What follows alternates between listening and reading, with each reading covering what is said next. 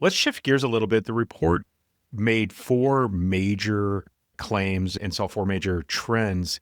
And one of the big bold claims was that AI has become a force multiplier for threat actors and that we've got the data to prove it.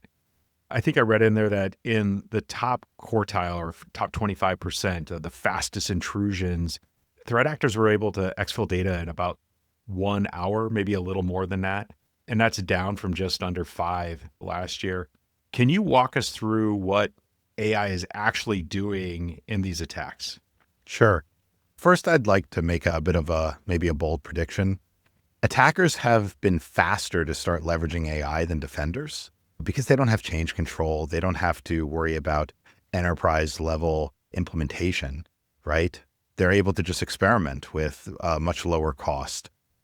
I think that AI actually is suited better for the defense use case than the attack use case.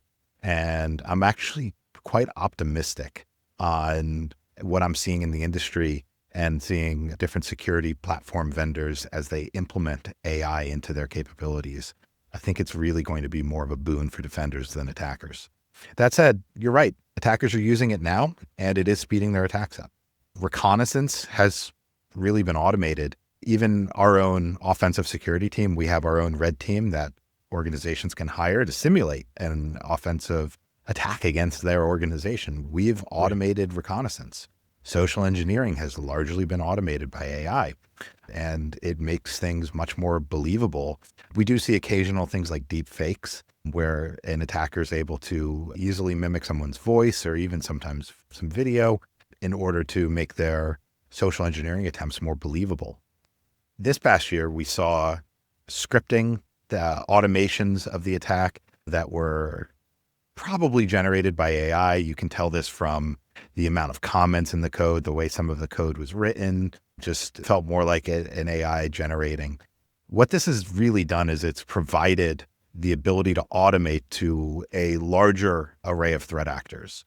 Typically, you'll have a access broker, putting aside nation state. If we're talking about financially motivated threat actors, you typically will have an access broker that gains access to a large swath of organizations, usually specializing in a specific exploit and just trying to mass scan the internet for it, or a lot of social engineering.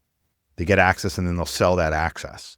And then the really time-consuming part of the attack comes, right? If you're following that attack kill chain, they have the initial access to the environment, they've established their foothold, and now it's time-consuming to do that lateral movement, to reconnoiter the environment, to establish additional persistence mechanisms, to escalate your privileges, and ultimately find the information you're interested in stealing or potentially encrypting to complete the mission. That's time-consuming. And we've seen attackers this year automate those steps, and that automation is now more accessible to more threat actors because AI can help them generate it. Very interestingly, there was a nation state actor that we saw leverage a piece of malware dubbed Lame Hug.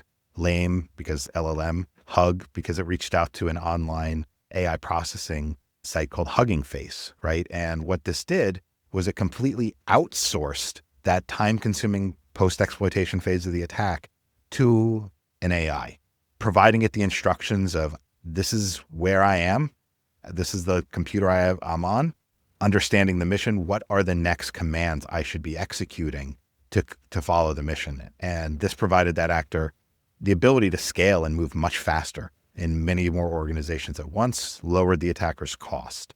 I think we're going to see more of that this year.